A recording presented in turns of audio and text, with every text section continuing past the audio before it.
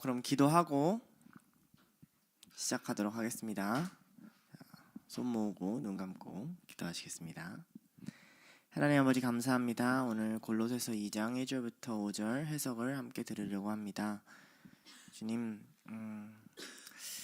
성경 공부를 하는데 성경을 공부하는 내용이 우리가 단지 공부할 것이 아니라 이대로 살아가야 한다는 것을 늘 잊지 않게 하시고, 또 이대로 사는 것이 우리를 괴롭히기 위해서, 힘들게 하기 위해서 그렇게 사는 것이 아니라 우리가 더 온전한 예수 그리스도의 사랑을 느끼고 하나님 나라에 갈 때까지 더 흠없고 완전하여지기 위하여 주님이 우리에게 주시는 말씀임을 잊지 않게 하여 주시옵소서. 이 말씀을 기쁨으로 받을 수 있게 하시고, 이 말씀 안에 담긴 하나님의 마음과 뜻을 발견할 수 있는 시간 될 수 있도록 인도하여 주시옵소서. 감사드리며 예수님의 이름으로 기도드렸습니다. 아멘. 뒤에 칠판은 있지만 쓸 수 있는 게 없는 관계로 칠판은 저를 더 화사하게 만들기 위한 백그라운드라고 생각을 하고, 다만 이제 제가 좀 뭐 해보고 하려고 좀 해왔는데 그걸 좀 내려놓고 제가 말을 좀 천천히 해드릴 테니까 구절이나 이런 게 있으면 같이 찾거나 복사 붙여넣기 하거나 하면서 같이 보면 좋을 것 같아요. 오늘은 골로새서 2장 1절부터 5절 말씀이고요. 맥락은 1절에서 2절, 3절, 4절에서 5절 총 몇 가지 파트? 3가지 파트로 나눠집니다. 속도 아주 좋죠? 자, 우선 1절에서 2절을 제가 읽고 시작을 할게요. 내가 너희와 라오디게아에 있는 자들과 무릇 내 육신의 얼굴을 보지 못한 자들을 위하여 얼마나 힘쓰는지를 너희가 알기 원하노니, 이는 그들로 마음의 위안을 받고 사랑 안에서 연합하여 확실한 이해의 모든 풍성함과 하나님의 비밀인 그리스도를 깨닫게 하려 함이니. 자, 이렇게 돼요. 우선 저번 주에 본 말씀, 물론 예진이가 기깔나게 올려줬지만 기깔나게 올려준 걸 다 읽는데 시간이 좀 필요하니까 좀 요약을 하자면, 골로새 1장 24절에 바울은 그리스도의 남은 고난을 자기한테 채운다 그래요. 그리고 저는 그 남은 고난이 바울이 스스로를 뭐에 비유하고 있다 그랬죠? 임신한 여인에 비유하고 있다 그랬어요. 그래서 남은 고난이 있지만 기쁨을 누린다는 말이 우리가 무슨 말인지 좀 이해를 할 수 있다 그랬죠. 그 고통이 안 아프다고, 또는 고통이 너무 즐거워 막 노홍철처럼 그런 게 아니라, 고통스럽고 아프지만 태어날 생명이 나한테 너무 기쁜 거죠. 그 산모가 그 임신 과정은 너무너무 두렵지만 아이가 태어났을 때 그럼에도 불구하고, 이 고통을 느낌에도 불구하고 내 안에 소중하고 사랑하는 그 생명을 품는 그 기쁨이 있다고, 그리고 나는 그걸 기꺼이 교회를 위해서 얻을 거라고 얘기를 하면서, 바울이 또 다른 개념인 신비 개념을 가져오는 걸 봤어요. 신비 개념은 다니엘서에서 주축으로 나오고 이사야나 예레미야 같은 다른 선지서에도 나와요. 보통 신비 개념은 어떻게 설명이 되냐면, 하나님의 천상회의가 열리고 거기 안에 천사들이 있고 하나님이 거기서 하나님의 뜻을 나 이런 거 할 거야 풀어가는 그 과정을 선지자가 환상으로 보거나 엿듣는 걸 의미를 해요. 근데 하나님이 나 이런 거 할 거야를 가장 잘 드러낸 분, 모든 것이 다 드러낸 분이 예수 그리스도셨고, 그 그리스도가 드러내는 것이 곧 비밀이 풀리는 과정이라고 제가 설명을 했어요. 2장에 넘어와서는 1장이랑 연결되는 부분이 있지만, 이제 1장은 바울의 입장에서 좀 많이 서술을 한다면 2장은 이제 교회의 입장에서 바울이 많이 얘기를 해요. 1장은 바울이 너를 위해서 남은 고난을 느끼고 이렇게 하고 저렇게 하고를 설명했다면, 이제 2장에 와서는 바울이 뭘 하냐면, 그래서 교회는 이렇게를 얘기하고 싶은 거죠.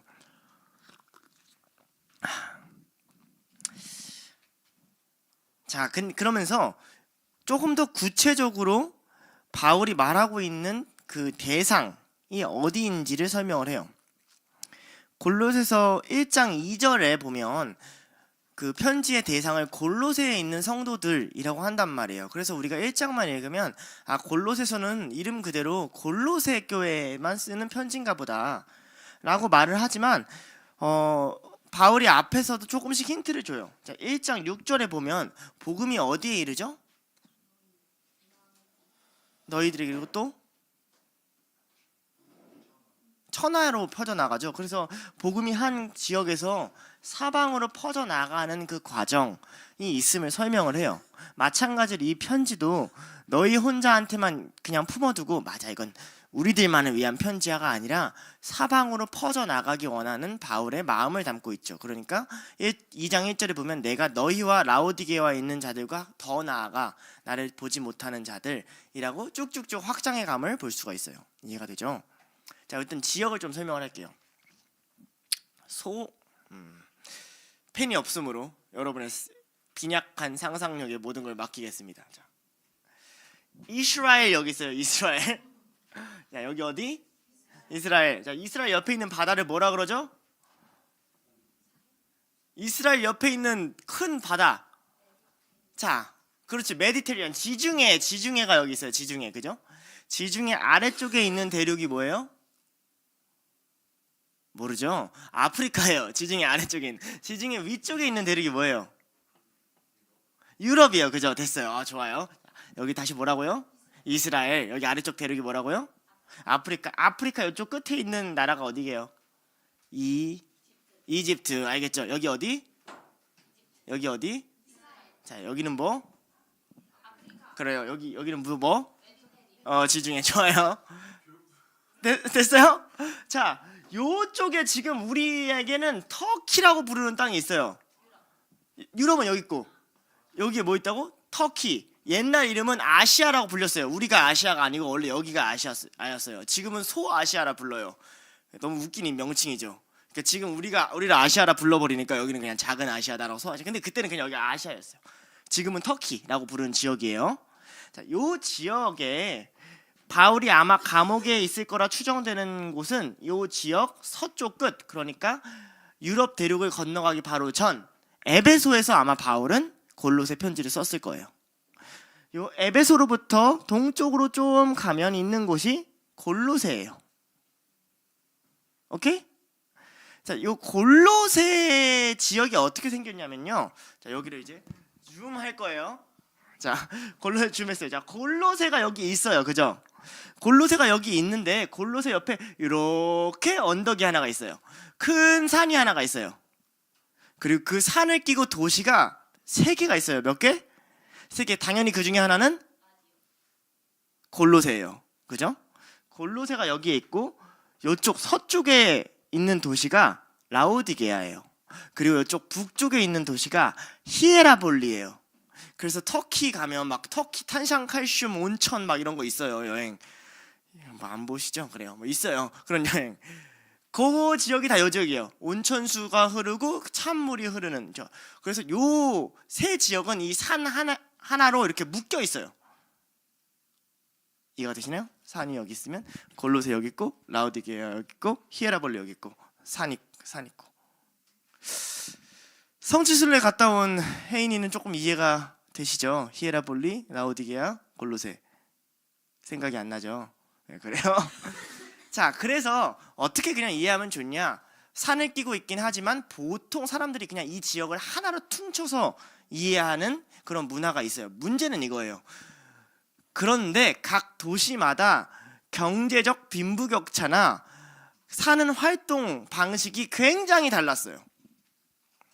히에라볼리, 골로새, 라오디게아 중에 가장 못 살았던 곳이 어딜까요? 맞아요. 골로새예요. 가장 잘 살았던 곳이 어딜까요? 라오디게아예요. 이런 느낌을 알고 있어야 우리가 이제 좀 성경을 따라가기가 편합니다. 왜냐면 바울은 당연히 골로새한테 이걸 보낼 때 이 사람들이 이걸 알 거라고 생각하고 보내잖아요. 그렇죠? 그러니까 이제 우리로 이해하면 좋은 건 이거죠. 김남국 목사님이 설교를 딱 하는 거죠. 김남국 목사님이 이제 석훈이를 딱 불러다가 이제 이렇게 말씀을 하신 거예요. 조언을 막 하시면서 자, 여기 편지가 있어. 자, 이걸 가지고 주내인 교회 성도들에게 알려줄 뿐만 아니라 도원동 교회 성도들에게도 알려주고 저기 약수동에 가면 약수동 교회도 있고 그 옆에 저기 뭐죠? 신일교회인가요? 신일교회한테도 알려줘. 이렇게 했다고 하면 좀 이 편지에 대한 그냥 부담감이 더하죠, 사실은. 그렇죠? 예, 그렇게 했다고 좀 인식을 하면 좋겠습니다. 2장 1절에 더 나아가서 내 육신의 얼굴을 보지 못한 자라고 말을 해요. 이 말은 무슨 말이냐면 바울이 직접적으로 확인할 수 없는 교회를 뜻하는데 보통 이런 교회들은 바울이 직접 설립하지 않은 교회를 뜻해요. 그러니까 바울이 직접 설립한 교회가 있잖아요. 고린도 교회라든지 뭐 에베소 교회라든지 그런 교회 말고 골로새 교회는 바울이 직접 설립한 교회가 아니고 바울의 동역자인 에바브라를 보내서 설립을 했거든요. 그런데 그럼에도 불구하고 여기 라우디게 교회나 뒤에 나중에 4장에 히에라볼리도 나와요. 언급하는 걸 보면 바울이 어떻게 했냐? 바울이 에베소에서 사역을 할 때 단순히 에베소 한 지역만 사역을 했던 것이 아니라 거기서 여러 사람들을 동시 파송하면서 여러 군데의 동시 개척 프로젝트를 진행했다는 걸 우리가 그 흔적을 찾아볼 수가 있죠. 실제로 사도행전 19장 10절에 보면 이렇게 나와요. 2해 동안 이같이 하니 아시아에 사는 자들이나 유대인이나 헬라인이나 다 주의 말씀을 듣더라. 자, 에베소송에 2년 동안 사역을 하면서 거기에 아시아, 헬라인, 유대인이 다 와요. 그들이 다시 고향으로 흩어진단 말이에요. 에베소는 터키 지역에 있는 가장 큰 도시였으니까.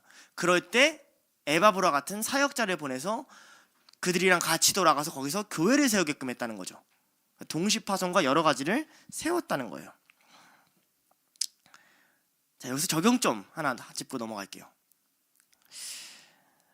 신앙생활이 진짜가 되려면 말이죠, 여러분, 이걸 이해를 해야 돼요.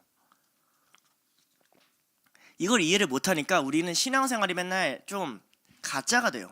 무슨 말인지 설명해 줄게요. 자, 우리 둘로스로 모였죠? 그죠? 그럼 바울이라면 이렇게 한다는 거예요. 석훈아, 동원동 교회에서 둘로스 세워. 이렇게 한다는 거예요. 무슨 말인지 알죠? 예진아, 동석이랑 같이 장원교회에서 둘로스 세워. 그 동네 가서. 더 나아갈 수도 있죠. 우리 정인이 미안해요. 학교 뭐였죠? 서강대. 학교 가서 기도 모임 만들고 둘로스 세워. 네가 리더해. 라고 했단 말이죠. 바울은 알고 있어요. 바울 혼자서 모든 곳을 다 커버할 수 없다는 것을. 바울 혼자서 교회를 다 세우고 바울 혼자서 복음을 다 전했다고 생각한다면 여러분 성경을 제대로 읽고 있지 않은 거예요. 여러분 하나님 나라를 이해하지 못해요. 그러면 우리는 늘 이렇게 하나님께 따져요. 하나님이 와서 하시면 되잖아요. 그렇잖아요. 혼자서 다 할 거면 예수님이 다 했지 왜 바울이 다 해요? 하나님의 방식을 바울은 알고 있어요. 내가 갈 수 있는 곳은 내가 다 가지만 내가 갈 수 없는 곳들, 내가 육신으로 함께하지 못하는 그들을 위해서도 바울이 지금 2장 1절에 뭘 하냐면 얼마나 힘쓰는지를 너희가 알기를 원한다 라고 말을 해요. 이해돼요? 그러니까 사람들을 보내는 거예요. 제가 어떻게 대학교를 다 가고 제가 어떻게 여러분이 사는 곳에 다 가요? 여러분이 그곳에 가서 이곳에서 여러분이 배웠던 걸 동일하게 하는 거예요. 저도 마찬가지예요. 제가 어떻게 김남곤 목사님이 어떻게 모든 걸 다 커버해요? 저도 여러분들을 모아서 우리 아버지에게 배웠던 걸 동일하게 다시 시작하는 거예요. 그래야 교회가 확장이 되고 그래야 신앙이 신앙답게 돼요. 그런 의미에서 예를 들면 수찬이 엄청나게 큰 숙제죠. 어디로 가요?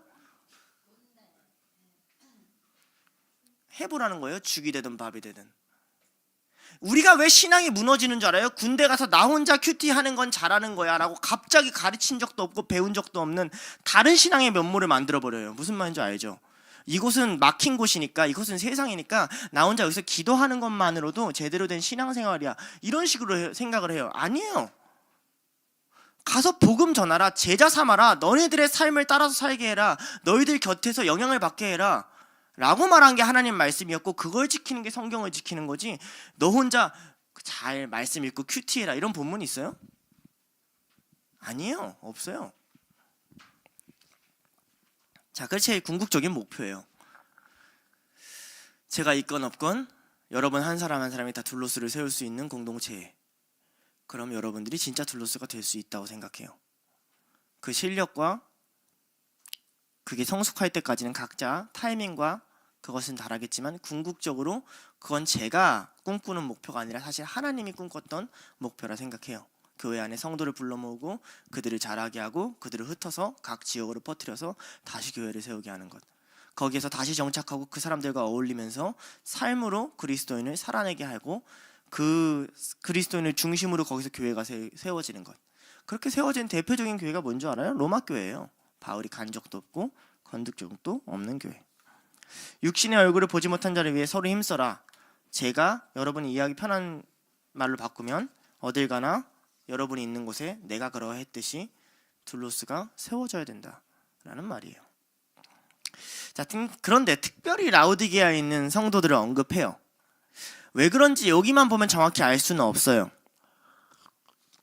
4장에 보면 라오디게아에게도 편지를 써준 것 같아요, 바울이. 근데 그 편지는 유실대에서 발견될 수도 없어요. 이런 여러 가지情況을 봤을 때 아마 라오디게아 교회는 바울의 말을 따르지 않았을 가능성이 높다고 학자들은 추론을 해요. 라오디게아 교회와 골로새 교회는 차이가 좀 커요. 라오디게아 교회가 나오는 또 다른 성경책이 어디죠? 강석훈 씨? 어디죠? 조졌어요. 계시록의 7교회 중에 마지막 교회가 라오디게아 교회예요. 계시록의 7교회 중에 가장 책망받는 교회가 라오디게아 교회예요. 심지어 거기서 우상 숭배를 했던 교회보다 더 책망받는 교회가 라오디게아 교회예요. 라오디게아 교회가 뭘 했는데요? 뭘 했길래 그렇게 책망받아요? 뭘 안 했어요. 차지도 않고 뜨겁지도 않고 미적지근하여 너희가 너를 토해버리라고 말했던 게 라오디게아 교회예요. 다른 교회는 칭찬을 한마디라도 적었는데 한마디도 적지 않은 게 라오디게아 교회예요. 반면에 골로새 교회를 볼까요? 골로새서 1장 3절에서 5절을 제가 읽어드릴게요. 우리가 너희를 위하여 기도할 때마다 하나님 곧 우리 주 예수 그리스도의 아버지께 감사하노라. 이는 그리스도 예수 안에서 너희의 믿음과 모든 성도에 대한 사랑을 들었으며 너희를 위하여 하늘에 쌓아둔 소망으로 말미암음이니 곧 너희가 저번에 복음의 진리의 말씀을 들은 것이라. 어떤 것 같아요? 바울이 지금 골로새에 대한 마음이 좋아요? 나빠요? 엄청 좋아요. 감사하고 복음이 들려지고 사랑이 세워지고 그래요. 근데 뒤에 라오디게아 교회는 어떻게 나오는지도 나오지 않아요. 우리는 계시록을 통해서 추측할 뿐이에요. 그들이 궁극적으로 사도 요한을 통해서 들었던 말은 요한계시록 3장 20절이에요. 요한계시록 3장 20절. 유명한 구절이에요. 외워둬도 좋아요. 볼지어다 내가 문 밖에 서서 두드리노니 누구든지 내 음성을 듣고 문을 열면 내가 그에게로 들어가 그와 더불어 먹고 그는 나와 더불어 먹으리라 하셨던 말씀이에요. 그런데 우리가 골로새서를 저작했던 시기보다 계시록을 저작했던 시기가 한참 뒤거든요. 그런데 바울이 라오디게아 교회에도 편지를 보내고 골로새서에서 이 편지를 라오디게아에게 전해라고 했던 이런 정황을 추론해 볼 때 사도 요한이 골로새서를 안다는 가정하에 우리가 뭘 깨달을 수 있냐면요, 예수님이 두드렸대요. 이 표현은 지속적으로 꾸준히 문 밖에 서서 두드렸다는 뜻이에요. 어떻게 그랬을까요? 라오디게아 교회한테. 우리는 이 말씀을 자꾸 존재적으로 우리는 감정적으로 이해하려고 그래요. 맞아, 주님이 내 마음을 자꾸 두드리시는데 나는 그거에 응답하지 않지, 뭐 이런 식으로 적용하려고 하는데 역사적인 상황을 보면 계속 두드렸어요. 어떻게? 바울이 편지를 쓰고 사도 요한이 편지를 쓰잖아요. 누구를 통해 두드려요? 사도들을 통해 두드리는 거예요. 어떻게 문을 열고 들어가요? 말씀을 지키는 게 문을 열고 들어가는 거예요. 골로새서의 말씀을 지키고 계시록의 말씀을 지키는 거죠. 사도 요한의 권면 이전에 바울의 관심과 사랑이 라오디게아에 쏟아졌던 모습을 우리는 골로새서를 통해서 발견할 수 있어요. 그리고 이들은 궁극적으로 그 사랑을 떠났다가 역사가 보여주는 기록이에요. 적용점을 볼게요. 얼마나 라오디게아에게 부어진 은혜가 커요, 안 그래요? 여러분처럼 김아중 같은 사람한테 배우는 게 아니라 사도 요한과 사도 바울이라고요. 얼마나 그들이 성령에 충만했으며 예수님을 직접 봤으며 경험이 많으며 들려줄 게 많으며 가르쳐줄 게 많은 사람들이에요. 안 그래요? 우리가 막 좋아하는, 아까 전에 하나님이 세상을 이처럼 사랑하다, 사도 요한이 다 들려주는 말이잖아요.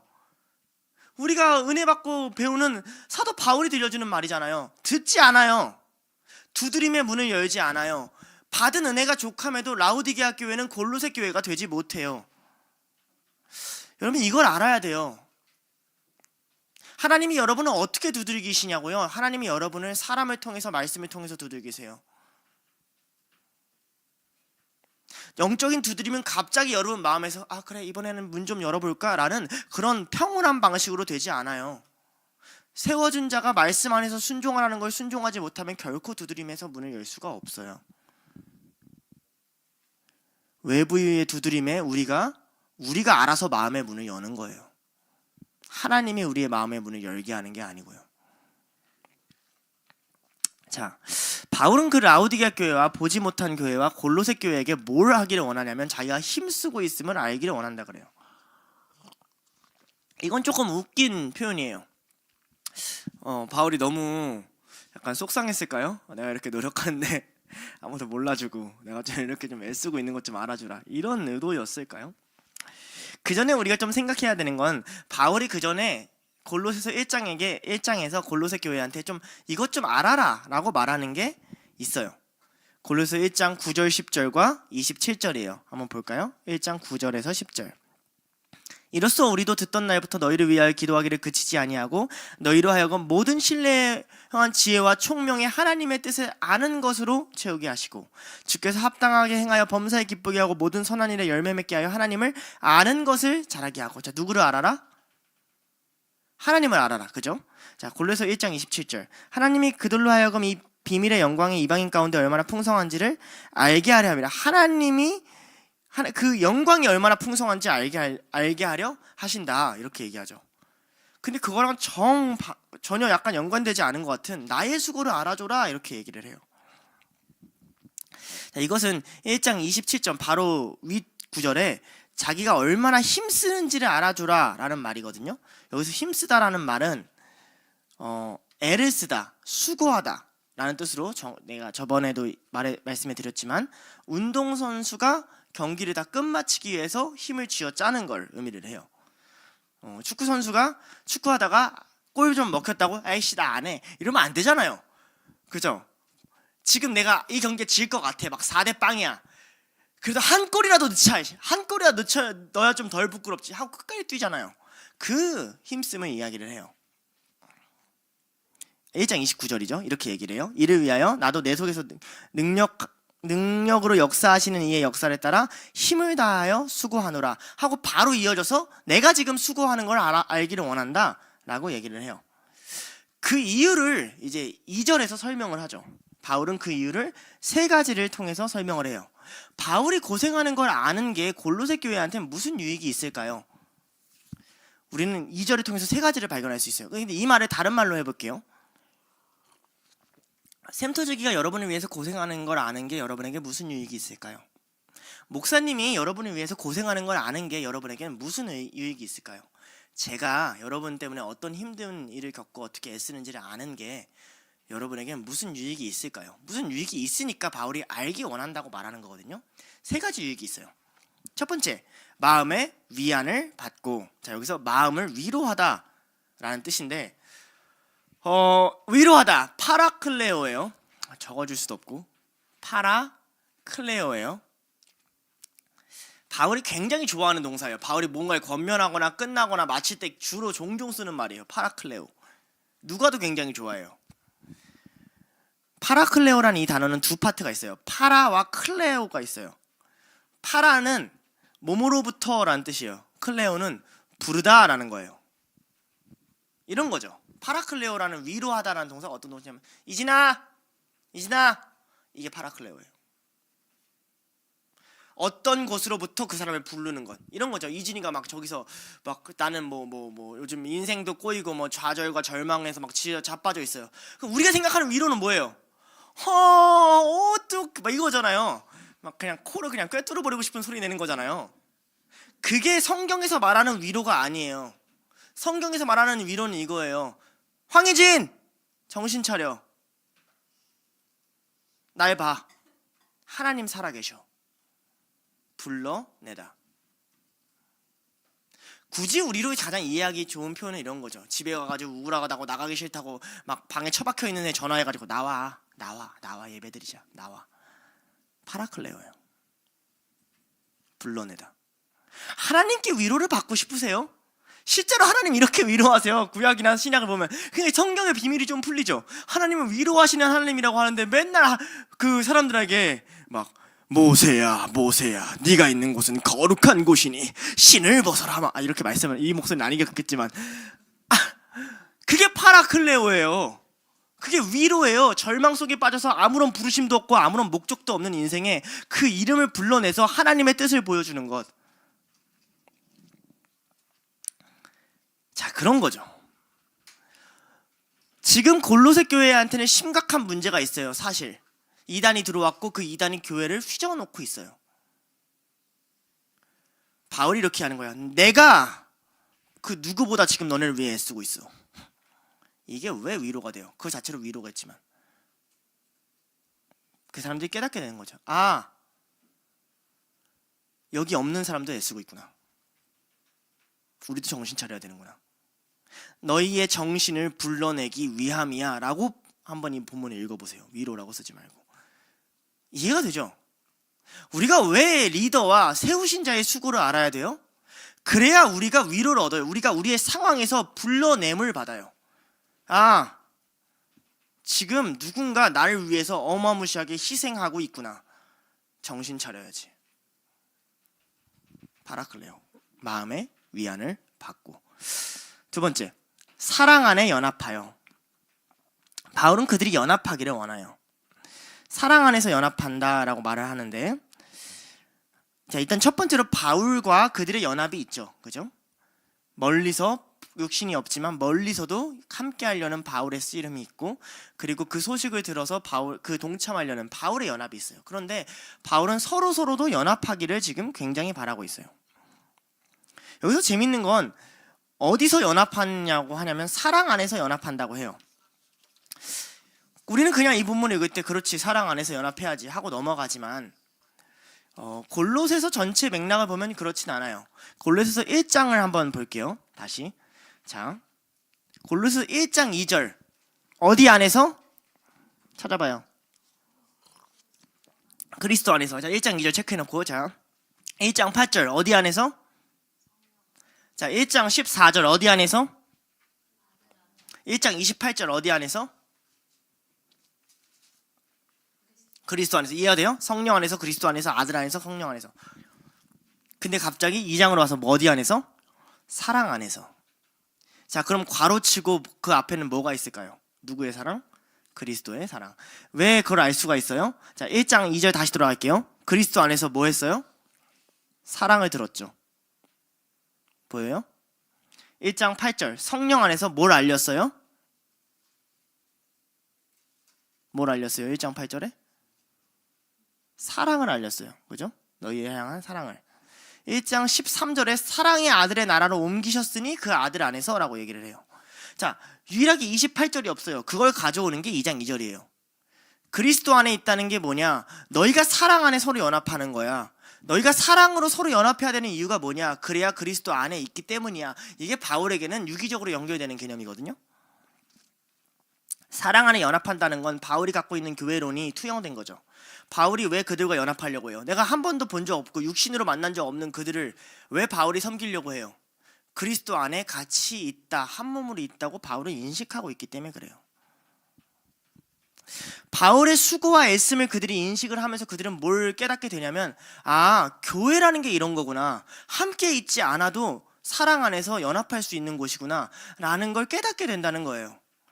우리를 한 번도 본 적도 없고 우리의 스승의 스승이, 그 위대하게 이름만 들은 바울도 지금 우리에게 온 관심을 써서 생각하고 애쓰고 연합하려고 하고 있구나. 그의 수고를 생각할 때 감옥에 있으면서도 골로새 교회를 바라는, 감옥에 있으면서 내일에 내가 뭘 먹을까 마실까, 내가 감옥에서 벗어날까, 이걸 생각하는 게 아니라 골로새 교회를 걱정하는 바울을 골로새 교회가 깨달을 때에 그들이 연합하는 방법을 배운다라고 바울은 이야기하고 있는 거예요. 세 번째, 확실한 이해의 모든 풍성함의 비밀인 그리스도. 말을 더럽게 어렵게 썼어요. 그죠? 근데 이거 좀 말을 좀 직역해서 바꿀 필요가 있어요. 이 말은 이런 말이에요. 이 말은 1장 27절을 받아온 말인데, 직역하면 이해하고 확신하는 것이 매우 풍성해져서 비밀이었던 그리스도를 깨닫게 될 거야. 무슨 말인지 알겠어요? 너가 잘 몰랐잖아. 사랑이 뭔지도 모르고 그리스도 안에 있는 것도 뭔지도 모르고 어렵잖아요. 그쵸? 근데 너네가 진짜 내 수고를 알고 진짜 너네가 연합하잖아? 그럼 니네가 성경책으로 읽던 그 말이 뭔 말인지 이해하고 그거에 대한 확신이 생겨서 진짜 풍성하게 비밀이었던 그리스도를 깨닫게 될 거야. 뭔가 조금 무슨 말인지 알겠어요? 쉽게 말하면 이런 거죠. 내 말대로 할게요. 이렇게 강하게 얘기 안 했고 따뜻하게 얘기했겠지만 그냥 이해하기 편하게. 예수님 알고 싶냐? 연합해. 이 말이에요. 그럼 확실히 알게 돼. 이 말이에요. 다시 말하면 그들이 바울처럼 실천을 할 때 그들 안에 확실한 그리스도의 이해가 온다를 얘기하고 싶은 거예요. 바울의 수고를 묵상하는 유익이 여기 있어요. 바울이 이렇게 하면 우리도 그렇게 해야 된다는 소리잖아요. 솔직히 바울이 이렇게 하네, 바울이 지금도 이렇게 하네, 감옥에서도 이렇게 하네. 그때 이렇게 해야 우리가 연합을 하면 그리스도, 성경에서 말했던 그 앞에서 진짜 굉장히 많은 비유를 얘기하잖아요. 뭐 창세전부터 있었고 말씀이 어쩌고 저쩌고 해서 막 그 말씀이 주인이 됐는데 1장 읽어봐요. 골로새서. 모르면 저번 해석을 들으시면 10가지로 자세히 기도문과 찬양시를 분석해 놓았으니 한 1시간짜리 참조하시길 바랍니다. 아무튼 그거를, 그 어려운 말들을 깨달아진다라는 소리예요. 적용점 한번 가볼게요. 우리는 하나님이 어떻게 일하신지 모르겠다고 얘기할 때가 있어요. 그때 여러분들의 신앙을 위해 이제까지 헌신하고 애쓴 자들을 한번 생각해 보세요. 여러분들 신앙 하나를 지키기 위해, 그 안에 복음을 전달하기 위해 애썼던 사람들. 그들의 애씀을 모르겠다고요? 그럼 그들처럼 한번 해보세요. 여러분이 익숙했던 사람이든 누구든 그들이 했던 것처럼 사람을 모아서 말씀을 전해보시고 같이 기도해보시고 사람을 세우려고 해보세요. 그럼 깨닫게 돼요. 내가 이 자리까지 오게 된 게, 내가 받은 은혜가 그리스도의 확실한 사랑이 내게 부어졌구나를 알게 돼요. 여러분이 그 자리에 놓이면 더더욱 잘 알게 돼요. 내가 어떤 사람과 수고를 받아서 믿음이 자랐는지. 그것은 수고롭고 애쓰는 일이 맞죠. 그렇지만 동시에 확실한 이해와 풍성함에 이르는 길이에요. 하나님 사랑을 더욱 알고 싶어요? 여러분들이 하나님 사랑을 알게 해주는 그 사람처럼 살아가시면 돼요. 그런데 거기에는 반드시 뭐가 있냐면 하나됨이 있어요. 신앙의 성숙은 개인의 성숙이 아니에요. 신앙의 성숙은 공동체의 성숙이에요. 하나됨은 어디서부터 출발을 하냐면요, 누군가의 수고를 알고 그걸 도우려는 자세에서부터 나와요. 그렇지 않으면 사람들이 다 어떻게 되냐면 다 자기 수고를 가지고 교회에 들이대요. 그게 자기 의의거든요. 각자 자기가 수고하는 것들. 난 그래도 이걸 애쓰려고 했잖아요. 근데 그게 언제 침묵이 되냐면요, 바울과 같은 리더가 있고 바울과 같은 리더의 애씀을 생각할 때 모든 사람이 그 수고가 침묵이 돼요. 그리고 하나님을 바라보게 돼요.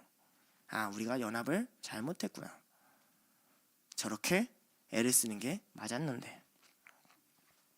에베소서 4장 13절과 15절을 읽어줄게요. 우리가 다 하나님의 아들을 믿는 것과 아는 것에 하나가 되어 온전한 사람을 이루어 그리스도의 장성한 분량이 충만한 데까지 이르리니. 15절. 오직 사랑 안에서 참된 것을 하며 범사에 그에게까지 자랄지라. 그는 머리니 곧 그리스도라. 혼자 자라지 않아요. 저는 왜 이렇게 미성숙하죠? 옆 사람을 섬기세요. 진짜 아이러니해요. 근데 우리가 갖고 있는 변명이 뭐죠? 내 신앙이 좀 다듬어진 다음에 직이할게요. 이거잖아요. 나는 사목감이 아닌 것 같아요. 이런 거잖아요. 내가 준비가 된 다음에 할게요. 이게 모세랑 하나님의 싸움이란 말이에요. 된 다음 할게요. 주님, 하나님 그런 식으로 만들지 않아요. 볼게요. 자, 석훈이 전도사 감이에요? 사역자 감이에요? 반대예요. 그죠? 전도사로 사역을 하다 보니까 사역자의 마음을 알겠죠. 아이들이 향한 하나님의 마음을 알겠죠. 정반대라고요. 우리는 늘 착각하고 있어요. 우리가 통해 애쓴 사람, 나의 믿음을 지키기 위해 도와준 사람, 그 사람이 어떤 위치에 놓였는지 한번 생각해봐요. 그 사람이, 전 요즘 아버지를 많이 묵상하거든요. 개척하셨잖아요. 내가 자랐을 때는 성도들이 이미 교회에 있었던 상태죠. 그러니까 당연히 교회에는 성도가 있는 거예요. 그런데 개척한 사람 입장에서 봐요. 교회는 당연히 성도가 있는 거예요? 아니에요. 아무것도 없는 곳에서 사람을 불러 모을 수 있다면, 그리고 그게 우리가 받은 신앙이라면 왜 우리는 그렇게 못 살아요? 잘 생각해봐요. 성경책이 뭘 얘기하고 있는지. 그렇잖아요. 주어진 환경에서 안전하게 신앙생활해라, 이런 말씀이 어디에 있어요? 바울이 하는 수고를 왜 묵상하라고 하겠어요? 바울이 하는 수고를 묵상해야 돼요. 여러분의 리더가 하는 수고, 여러분에게 세우신 자가 하는 수고, 그리고 그 스승들이 했던 수고를, 그 애씀을 여러분이 알기를 원해요. 그래야 여러분들이 연합할 길을 찾고, 그래야 여러분들이 나아갈 길을 찾게 되기 때문에 그래요. 자, 3절이에요. 그 안에는 지혜와 지식의 모든 보화가 감추어져 있느니라. 그 안에는 이라고 말할 때, 여기서 그 안에는, 자, 위에서는 사랑 안에를 얘기했다가 다시 이제 그 안에는 있는데, 하나님의 비밀인 그리스도를 깨닫게 하려 함이니까 다시 어디 안이에요? 그리스도 안이죠. 골로새서는 그리스도 안의 삶을 굉장히 강조하는 책이에요. 당시에 1세기 유대인들이 자주 읽던 위경 그 책이 뭐였냐면 에녹서였어요. 에녹서. 그 에녹이 쓴 책은 아니고요. 에녹을 비유로 들어서 유대인에 대한 어떤 신앙을 가르쳐주기 위한 일종의 신앙서적이었어요. 1세기에. 그 에녹서에 자꾸 어떤 내용들이 종종 나오냐면요, 예수님 이전에 쓰여진 책인데, 하늘에 하나님 보물 창고가 있고, 이제 하나님이 그 보물 창고를 열어줄까 말까 고민하는 그런 장면들이 나와요. 그리고 그런 장면과 비유들은 유대인들한테는 굉장히 익숙했어요. 예수님도 그런 비유들을 많이 알아서 사실 성경을 비유할 때 보물, 보화 이런 비유를 종종 쓰기도 해요. 사실 이거는 구약 성경에서 나오는 비유가 아니라 그 당시 문화에 자주 퍼졌던 그런 묵시문학이라고 하는 문학적 흐름을 예수님이 갖고 왔다고 생각하시면 돼요. 그런데 지혜와 지식을, 보화를 굳이 다 언급하는 거는 갑자기 뜬금없게 골로새의 이단들 때문에 그래요.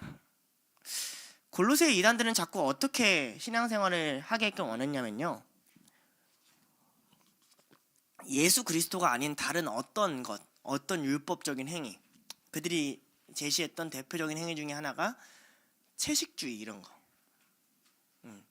단식 이런 걸 통해서 어떤 영적인 깨달음에 이를 수 있다.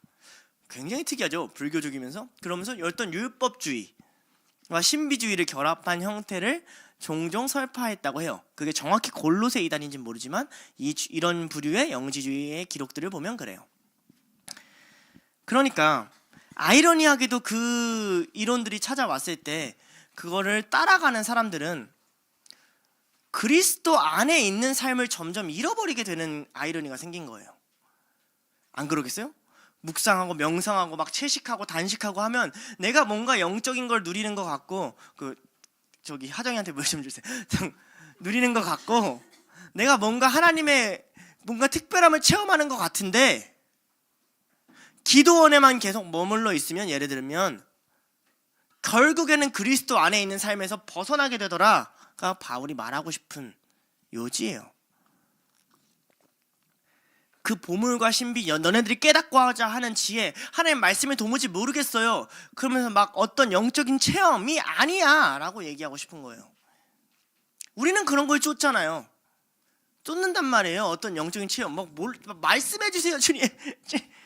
말씀해줬잖아요. 66권을 주고 안 읽잖아요. 모르잖아요. 근데 말하잖아요. 말씀해달라고. 66권 한 줄로 써버리해서 지금 나한테 딱 맞게 챗GPT처럼 돌려달라는 거 아니에요. 그리고 그렇게 말해주면 안 들어요. 말해주잖아요. 너를 부인해. 나와 이웃을 사랑해. 아, 싫어요. 그런 말씀 말고 어느 직업을 가져야 되죠? 네가 무엇을 하든지 그리스도를, 하나님을 먼저 하고 하나님 나라를 향하고 그의 의를 구하면 내가 그 모든 걸 더할 거야. 아니 그러니까 이게 문제잖아요. 모든 지식과 지혜의 보화가 어디 있어? 그리스도 예수 안에 있어 라고 바울은 얘기하고 싶어요. 이단이 왜 잘못됐어요? 그리스도 예수 안에 살지 못하게 하기 때문에 그래요. 잘못된 믿음과 신앙이 왜 문제예요? 그리스도 예수 안에서 살지 못하게 하기 때문에 그래요. 그래서 바울이 제시하는 삶이 뭐예요? 밖에 나가서 복음 전하고 서로 사랑하면서 애쓰는, 어쩌면 신비로울 거 하나 없는 그런 삶을 제안해요. 그런데 그 안에 그런 삶을 살았을 때 얻는 깨달음은 뭐예요? 뭘 알게 돼요? 놀라운 지식과 지혜의 보화라는 거예요. 진짜 하나님을 알기 위해서 필요한 게 뭔지를 말해줘요. 내가 받은 은혜만큼 누군가를 섬기고 사랑하는 것, 그것을 통해서 우리는 놀라운 지혜와 비밀을 깨닫게 된다라고 말을 해요. 이러한 표현을 봤을 때 예수님도 이러한 보화와 지식에 대한 개념을 알고 있었던 것으로 보여요. 한번 볼까요? 예수님이 어떻게 다루는지. 마태복음에서 주로 종종 제일 많이 다루는데, 자, 마태복음에서는 2절에 보면 너희의 마음이 위로를 받는다고 하고 3절에 지식과 지혜의 모든 보화라고 쓰는데 이 두 단어가 연결되어 있어요.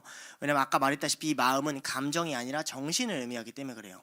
너희 정신을 불러내는데 거기서 지식과 지혜를 줄 거야, 이런 얘기거든요.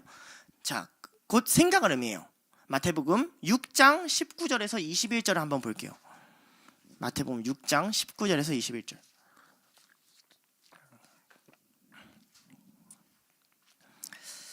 너희를 위하여 보물을 땅에 쌓아두지 말라. 거기는 좀과 도둑이 해하며 도둑이 구멍을 뚫고 도둑질하느니라. 오직 너희를 위하여 보물을 하늘에 쌓아두라. 거기는 좀이나 도둑이 해하지 못하며 도둑이 구멍을 뚫지도 못하고 도둑질도 못하느니라. 내 보물이 있는 그곳에 내 마음도 있느니라. 이런 말을 해요. 야, 땅에 쌓아두지 마. 땅에 있는 보물은 썩어. 하늘에 쌓아도 하늘에 있는 보물은 아무도 훔칠 수 없어. 그리고 나서 묘한 말을 하는데 보물이 있는 곳에 마음이 있어 라고 해요. 보물이 뭘까요? 일단 여기서 한 가지 확실하게 알 수 있는 거 있죠. 뭘 귀하게 여기는가요? 그죠? 썩을 걸 귀하게 여기는가? 썩지 않을 걸 귀하게 여기는가? 그리스도 안의 삶을 귀하게 여기는가? 그걸 제외하고 일시적으로 왔다가 일시적으로 사라지는 어떤 영적 현상을 더 귀하게 여기는가? 무엇을 내가 더 귀하게 여기는가? 이 말을 한 다음에 바로 이어서 예수님이 24절에 하는 말이 뭐냐면 돈을 사랑하지 말고 하나님을 사랑하는 말이고, 그 다음에 하는 말이 뭐냐면 무엇을 먹을까 마실까 입을까 염려하지 말고 내일 일을 염려하지 말고 살라는 말이에요. 이 말을 다른 말로 하면 이런 말이 돼요. 오늘 너에게 붙여주신 사람을 사랑하고 사는 삶, 오늘 너에게 붙여준 자에게 그리스도를 전하며 사는 삶, 섬기는 삶이라고 해요. 예수님이 부자 청년에게도 얘기할 때 이런 이야기를 해요. 마태복음 13장 44절이에요. 부자 청년 가기 전에 예수님이 설교할 때 먼저 이런 얘기를 해요. 13장 44절이에요. 되게 하정이가 나와서 춤출 수 있는 본문이에요. 천국은 마치 밭에 감추인 보화 같으니 사람이 이를 발견한 후 숨겨두고 기뻐하며 돌아서서 자기 소유를 다 팔아 그 밭에 사느니라. 자, 봐봐요. 자기 소유를 다 팔아 그 밭에 살아. 천국은 보화 같아. 마태복음 19장 21절 봐봐요. 이게 부자 청년 말씀이거든요.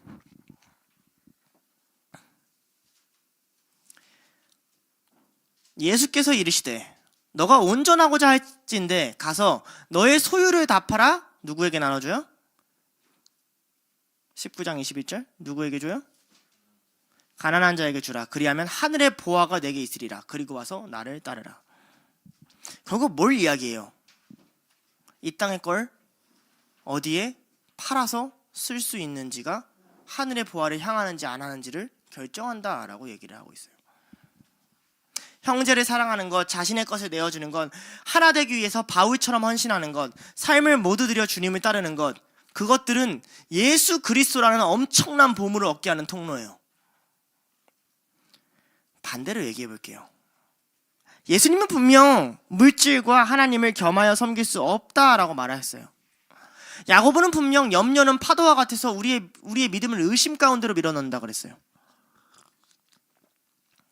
우리가 그리스도를 왜 몰라요? 성경이 왜 그렇게 힘들어요?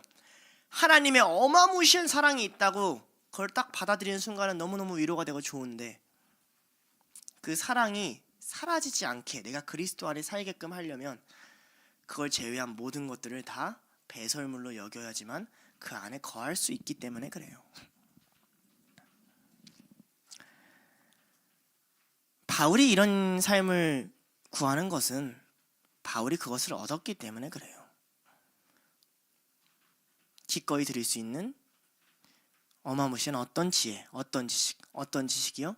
예수께서 나를 어떻게 사랑하셨는지에 대한 지식, 예수께서 나와 어떻게 함께 하시는지에 대한 지혜, 바울이 한평생 누렸던, 그리고 잃어버리지 않았던 그 예수 그리스도 하나님의 사랑 말이에요. 적용점을 갈게요. 여러분, 이 말은요, 그냥 아프거나 힘들어도 너네 채찍질하면서 인생 다 갈아 넣어, 그럼 무조건 사랑을 알게 돼 라는 이야기가 아니에요. 사실 신명기를 잠깐 가져올게요. 제가 여러 가지 본문을 잠깐 가져올 건데, 신명기 28장 47에서 48절이에요. 신명기 28장 47에서 48절 읽어줄게요. 너가 모든 것이 풍족하여도 기쁨과 즐거운 마음으로 너의 하나님 여호와를 섬기지 아니함으로 말미암아 너가 줄이고 목마르고 헐벗고 모든 것이 부족한 중에 여호와께서 보내사 너를 치게 하실 적군을 섬기게 될 것이니 그가 철 멍에를 내 목에 메어 마침내 너를 멸할 것이라. 여호와를 안 섬기라가 아니에요. 난 여호와 안 섬겨가 아니에요. 뭐예요? 내가 모든 것이 풍족하여도 뭘로요? 기쁨과 즐거운 마음으로 내 하나님 여호와를 섬기지 아니함으로 말미암아요. 무슨 말인지 알겠어요? 하나님 섬기는 게 안 기쁜 거예요. 하나님 사랑하는 게 안 기쁜 거예요. 예수님 만나는 게 안 기쁜 거예요. 그리스도 안에 사는 게 싫은 거예요. 그런 사람은 결국 그 밖으로 튕겨쳐 나가서 줄이고 헐벗고 자기 목에 철 멍에를 매서 노예처럼 끌고 다니는 사람 손에 살게 될 거다라는 게 신명기의 말이에요. 하나님을 기쁘게 여기는 사람, 그 보화, 보배, 보물을 얻었다고 주장하는 사람이 한 명 더 있어요. 구약에 다윗이에요. 시편 139편 17절에 이렇게 나와요. 139면 우리가 잘 아는 노래죠. 하나님이여 주의 생각이 어찌 그리 보배로우신지요. 시편 139편 17절 하나님이여 주의 생각이 내게 어찌 그리 보배로우신지요. 그 수가 어찌 그리 많은지요. 다윗이 생각하는 보물은 하나님의 생각이었어요. 주님이 날 생각하시는 방식, 주님이 이 땅을 바라보는 방식, 주님이 통치하시는 방식, 율법 안에도 적혀있는 하나님의 사랑. 그러니 그것을 읊조릴 때마다 너무 기쁘고 너무 행복하다고 말했어요. 다윗은 그걸 누리기 위해 살았고, 다윗은 그걸 누리며 살았고, 왕이 된 다음에서 시편을 편찬하고 찬송들을 만든 것은 다윗 안에 끊임없이 올라오는 샘솟는 기쁨은 하나님의 말씀을 누리는 것이고 하나님을 누리는 것이었어요. 잠언 2장 3절에서 5절에 이렇게 얘기를 해요. 지식을 불러 구하며 명철을 얻으려고 소리를 높이며 은을 구하는 것 같이 그것을 구하며 감추어진 보배를 찾는 것 같이 그것을 찾으면 여호와를 경외하기를 깨달으며 하나님을 알게 되리니. 그게 뭐죠? 지혜예요. 하나님의 생각이요. 지식을 부르려고 구해, 명철을 부르려고 그래, 소리를 높여 은을 구하는 것처럼 구해. 우리가 돈을 얼마나 좋아해요, 솔직히. 자, 생각해봐요. 이진이가 일을 했어요. 힘들었죠, 그죠? 근데 통장에 평소 받던 것보다 뒤에 공이 하나가 더 찍혔어요. 공이 어때요? 한 달 더 할 수 있겠죠? 은을 구하는 것 같이, 그것을 구하며 감추어진 보배를 찾는 것 같이 그것을 찾으면 5절에 여호와 경외하기를 깨달으며 하나님을 알게 되리니. 놀랍죠? 보배를 줄 거다, 이 땅에 복을 줄 거다가 아니라 하나님이 어떤 분인지를 알게 될 거야. 그게 지혜의 핵심이야. 우리가 알 수 없었던 하나님의 깊은 생각, 도무지 이 땅을 보고 이 땅에 넘쳐나는 고통을 볼 때 알 수 없는 하나님의 어떤 생각, 그리고 하나님의 그 깊은 생각은 늘 어디를 향하냐면 사랑을 향해 있어요. 베드로는 그의 편지에 하나님의 생각이 사람들에게는 건축자가 버린 돌같이 쓸모없게 버려지지만 우리에게는 그가 보내신 보배라고 얘기를 해요. 그리고 바울도 그러므로 이렇게 얘기해요. 골로새서 1장 11절과 24절이에요. 골로새 1장 11절과 24절이에요.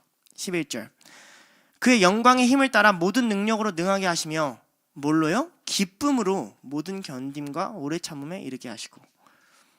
골로새서 1장 24절 나는 이제 너희를 위하여 받는 괴로움을 기뻐하고 그리스도의 남은 고난을 그의 몸된 교회를 위하여 내 육체에 채우노라. 그러니까 우리처럼 하지 않았다고요. 나 인생 다 갈아 넣어야 돼요? 아니 나 이렇게 살아야 돼요? 이런 게 아니라고요. 주님 나 주 안에 있는 게 기뻐요. 다 드릴게요. 이거 없으면 주님 밖으로 튕겨쳐 나가요. 다 드릴게요. 뭐 어차피 쓸모 있는 것도 별로 없었어요. 갖고 있는 게 별로 없었어. 개꿀. 그렇게 했더니 내 생각을 초월하는 태초부터 나를 사랑하신 하나님의 사랑을 얻게 되었더라. 그러므로 낮아질수록 더 기뻐했고 매를 맞을수록 더 기뻐했고 수고할 수 있는 기회를 주실수록 더 기뻐했던 게 바울의 삶이고, 바울은 그걸 기꺼이 골로새 교회한테 너희도 그렇게 얻을 거야 라고 제안하고 있는 거예요. 여러분, 신앙을 주술적으로 그때그때 여러분 필요한 답을 얻는 그런 걸로 생각하지 마세요. 신앙의 근본은 하나님의 사랑을 얻는 거예요. 하나님이 감춰놨던 그 깊은 마음을 누리는 거예요. 그걸 누리지 못하면 천국에 가서도 지옥이 될 거예요. 예수 그리스도가 사랑하는데 그 사랑이 사랑 같지 않고 의심해야 되는 삶이 얼마나 힘든지 이 땅에서 우리가 충분히 누리고 있잖아요. 그리스도 안에 거하세요.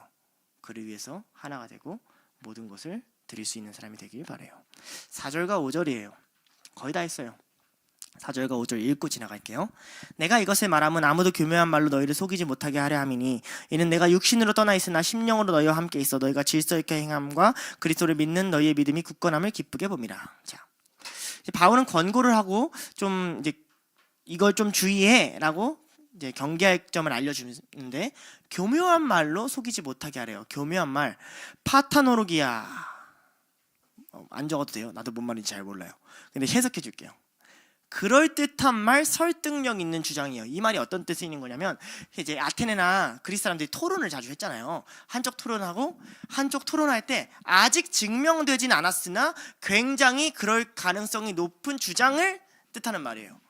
그러니까 바울이 인정하는 거예요.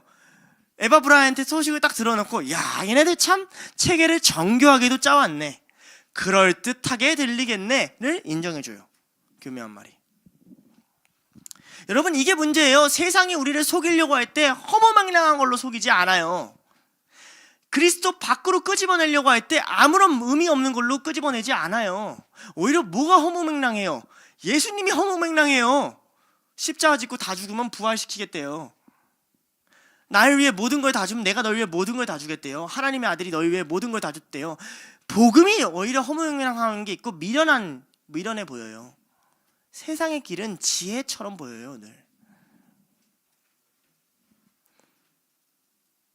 그런데 그들은 그리스도가 아닌 다른 걸 주장했기 때문에 문제가 돼요. 이어서 바울은 그렇지만 그들에게 속이지 못하게 하려 함이라 라고 말해요. 속이다 라는 말은 보통 거짓 선지자를 지칭하는 말이에요. 이 뜻은 때로는 미혹하다 라고도 번역이 돼요. 세 군데 찾아볼 건데요. 마태복음 24장 24절.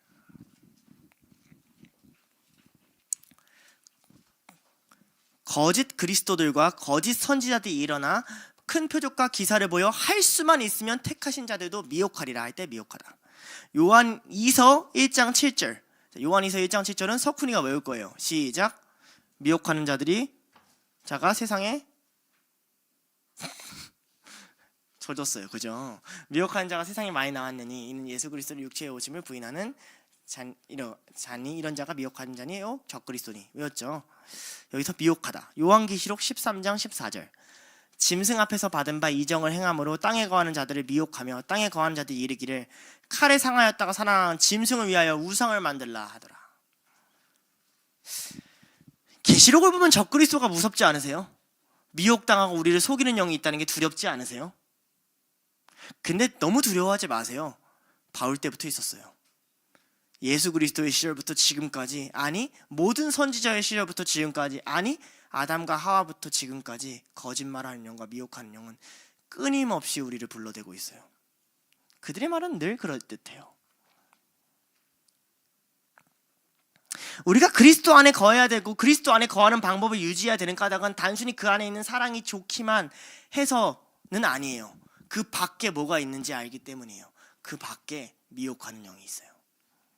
그는 결코 그리스도 안으로 들어올 수 없어요. 그러나 우리를 그리스도 밖으로 끊임없이 끄집어내고 불러내려고 해요. 자, 데살로니가 후서 2장 10절에서 12절은 10절에서 13절은 그 미혹하는 역사가 존재하는 이유를 이렇게 설명을 해요. 왜 도대체 여기는 미혹하는 영이 이렇게 많고 하나님은 그걸 왜 놔두시는가를 설명해줘요. 데살로니가 후서 2장 10절에서 13절. 불의의 모든 속임으로 멸망하는 자들에게 있으리니 이는 그들이 진리의 사랑을 받지 아니하며 구원을 받지 못함이라. 자, 일단 이렇게 되지. 의문이 하나 풀렸죠? 미혹당하면 애당초 구원 받은 거야, 아니야? 아니야, 이 얘기하는 거예요. 11절, 이러므로 하나님이 미혹의 역사를 그들에게 보내사 거짓 것을 믿게 하심은 진리를 믿지 않고 불의를 좋아하는 모든 자들로 하여금 심판을 받게 하려 하심이라. 주께서 사랑하시는 형제들아, 우리가 항상 너희에 관하여 마땅히 하나님께 감사할 것은 하나님이 처음부터 너희를 택하사 성령에 거룩하게 하심과 진리를 믿음으로 구원받게 하심이니. 미혹된 자들의 특징이 뭔지 알아요? 하나님의 사랑을 받지 않아요. 다른 걸 추구해요. 미혹된 자들의 특징이 뭔지 알아요? 불의를 즐거워해요. 그것이 분명 그리스도 앞에서 합당하지 않은데 그게 즐겁다고요. 그러니까 야고보서는 각자 자기의 욕심에 이끌린 대로 미혹된다 말하는 거예요. 그런 자들은 어떤 자들이요? 애당초 구원받은 자가 아니야 라고 데살로니가서에 말해버려요. 엄청 무시무시한 말이죠. 그런데 우리는 어떻게 알아요? 내가 지금 구원받은 자인지 아닌지, 애당초 구원받은 자 아닌지 내 안에 확신이 없잖아요. 우리 안에 확신이 있을 수 있는 방법은 하나밖에 없어요. 지금도 내일도 그날도 갈 때까지 누구 안에 있는 것? 오직 그리스도 안에 거하는 것. 그리스도가 하는 방식대로 사는 것. 그리스도의 사랑을 누리며 사는 것. 이거 하나밖에 없단 말이에요. 적용을 해볼게요. 데살로니가 후서 2장에 이렇게 무시무시한 말을 해놓고 이런 적용점을 줘요. 데살로니가 후서 2장 15절이에요. 그러므로 형제들아, 굳건하게 서서 말로나 우리의 편지로 가르침받은 전통을 지키라. 편지, 나중엔 신약 성경이 되죠. 말, 바울의 설교가 되죠. 그죠?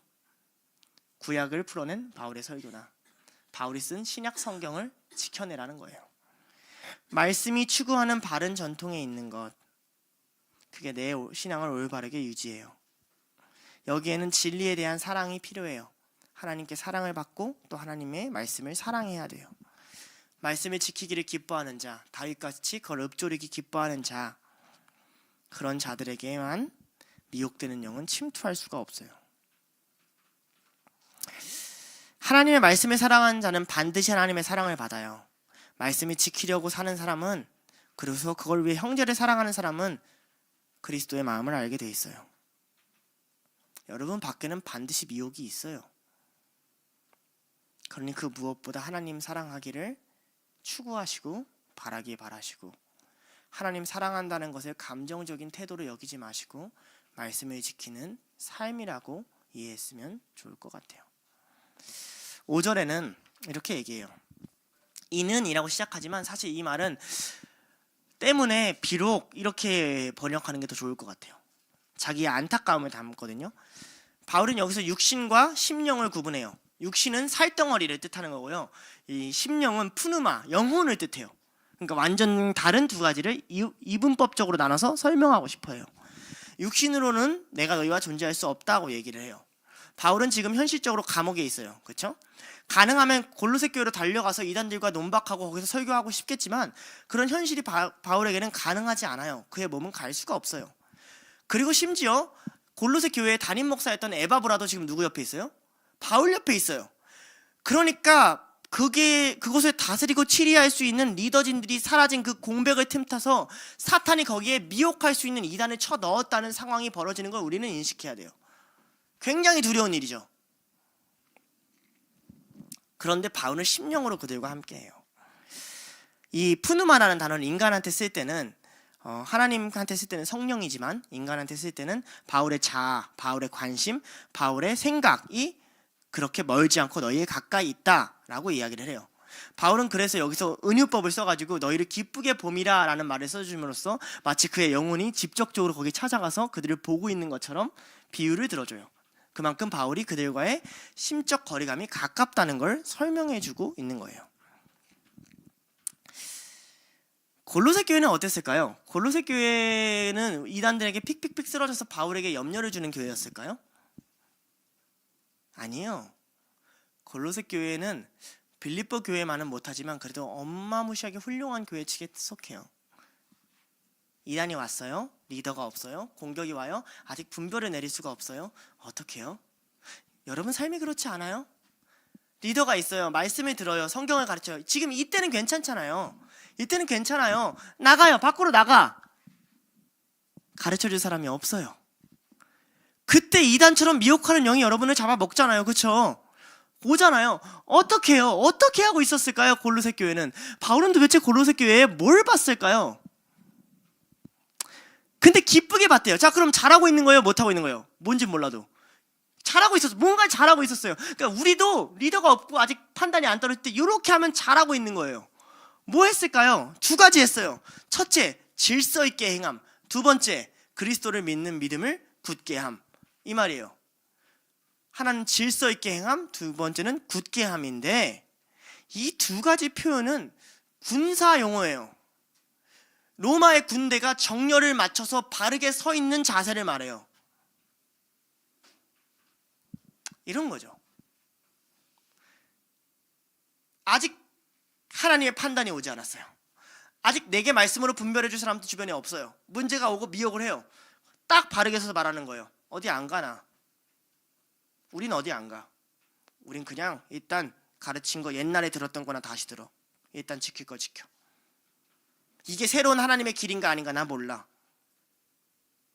그게 맞을 수도 있고 아닐 수도 있어. 골로새 이단인지 아닌지 난 몰라. 근데 일단 내가 배운 대로 지켜 하고 그 질서 정연하게 있었단 얘기예요. 고린도전서 14장에 보면 은사와 방언과 예언으로 무질서한 교회가 일어났다고 바울이 책망하는 모습이 나와요. 그때 아내가 남편보다 더 높아져가지고 막 예언하니까 여자들은 말하지 마 막 이렇게 하기도 하고, 또 자기가 막 선지자라고 막 예언을 하고 다니는 사람이 있으니까 그 사람을 막 따라다녀서 당파를 나눠서 싸우기도 하고, 그런 여러 가지 문제가 고린도 교회에 일어나요. 그러면서 그걸 정리하면서 바울은 이렇게 얘기해요. 고린도전서 14장 33절이에요. 하나님은 무질서의 하나님이 아니시오 오직 화평의 하나님이시라. 모든 성도가 교회에서 함과 같이 이러면서 나아가요. 자, 무질서의 반대로 뭘 가져와요? 바울이 무질서의 하나님이 아니고 화평의 하나님이에요. 샬롬을 가져와요. 이해돼요? 모든 공격이 없고 판단을 못하고 문제가 많고 모르겠어요? 가정을 세웠어요. 어느 게 맞는 거 어떻게 판단하는지 모르겠어요? 우선 질서 있게 믿음 안에 서서 화평을 이루세요. 사이가 좋으세요. 서로 사랑하세요. 교회가 문제가 터지고 교회 밖에 나갔는데 내가 뭘 적용할지 모르겠어요. 우선 하나님과 여러분과 하나님과 가정과 하나님 여러분과 이웃과의 화평을 이루세요. 질서 있게 서서 믿음 안에서 서 계세요. 그게 질서예요. 하나님 말하는 평화롭게 하는 것. 이걸 우리가 못해요. 자, 이게 하나님이 말하는 찔림과 이 사탄이 주는 미혹의 특징이에요. 하나님이 주는 찔림은요, 이해하면 편해요. 우리가 복잡하게 생각해서 그렇지 간단해요. 힘들어서 그렇지. 미혹은요, 좋은 것 같아요. 근데 점점점 잡음이 생기고 복잡해져요.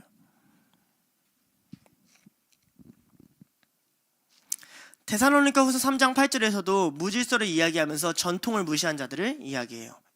형제를 돌보지 않는 자들을 책망해요. 여러분, 골로새 교회는 군대예요. 바울은 군대 용어를 쓰는 걸 굉장히 좋아하거든요. 뭐 너희 전신 갑주를 입으라. 군대 용어잖아요. 그죠? 그 다음에 빌립보서에 에바보라 나의 군사된 자요. 군대 용어란 말이에요. 바울은 그리스도를 몸을 몸으로도 보지만 동일하게 하나님의 군대로도 봐요. 이건 구약에서 가져온 거죠. 마하나임, 하나님의 군대가 있다라는 걸 바울은 알고 있죠. 그런데 볼게요. 바울은 이 군대의 사령관일까요? 아니에요. 바울은 책사 정도? 전략 전술을 좀 잘 전달해주는 총사령관이 누구예요? 그리스도세요. 군인들은 자기 상관 말만 들어요. 군인들은 자기에게 명령하는 사람 말만 들어요. 그러니까 미혹되지 않는 거예요. 내 상관이 누군지를 알아요. 이해돼요? 그러니까 화평한 거예요. 마지막 적용점을 하고 말씀을 끝낼게요. 예, 구약에서도 군대는 원래 천사들을 의미해요. 원래는. 그런데 하나님이 유일하게 군대라고 써주는 천사가 아닌 존재가 있어요. 그게 누구예요? 이스라엘 백성이에요. 마치 하나님이 천사들을 존귀하게 입히시지 그들을 그렇게 대우한다는 뜻이기도 해요. 그래서 이스라엘 백성은 하나님 곁에서만 누릴 수 있는 수많은 기적을 그의 군대로서 경험을 해요. 그리고 이제 그 말은 교회인 우리에게 와요. 군대에서 중요한 건 두 개예요. 제일 중요한 건 두 개예요. 실제로 이 부분은 미군 장교가 인터뷰에서 한 말을 제가 들은 거예요. 첫째는 충성이에요. 충성. 그렇죠? 진격했는데 잠깐만요. 제가 좀 피곤하니까 좀 내일 좀 진격을 해볼게요. 그럼 큰일 나는 거예요. 그죠? 그럼 어떻게 훈련해요? 진흙 속에 들어가 나와 그래서 그 짤 아세요? 자, 하나 둘 셋 하면 입수합니다. 입수 나와. 그러니까 너무 순종을 잘한 마음에 하고 혼자 들어갔다 다시 이렇게 기어 나오는. 웃지 마세요. 수찬이 웃고 있지만 눈은 울고 있어요. 충성이에요. 성경에서는 이것을 믿음이라 그래요. 왜요? 믿음은 오직 순종을 통해서만 발현돼요. 믿음은 오직 순종을 통해서만 열매를 맺어요. 순종이 없고 믿음이 믿는다고 하지 마세요. 저는 여러분의 믿음을 볼 수 없어요. 그러나 여러분은 여러분의 순종을 볼 수 있어요. 근데 두 번째가 참 놀라워요. 군대에서 가장 핵심적인 두 번째가 뭔지 아세요? 전우예요. 내가 왜 왼발을 가라고 할 때 왜 왼발을 가요? 왜? 나는 오른발 갈 수 있는데 그거 누가 몰라요. 난 옆으로도 갈 수 있는데 누가 모르냐고요. 충성도 있죠. 왜요? 내가 오른발을 가면 내 앞에 사람이 걸려요. 이해돼요? 내 등을 믿고 맡기고 같이 싸워나가는 게 교회예요. 전우예요. 형제 사랑이라고요. 내 이웃을 내 몸과 같이 사랑하라가 이루어지는 것이 전쟁터 한가운데 던져진 군인들이라고요. 그래서 이 비유가 이렇게 연결되는 거예요.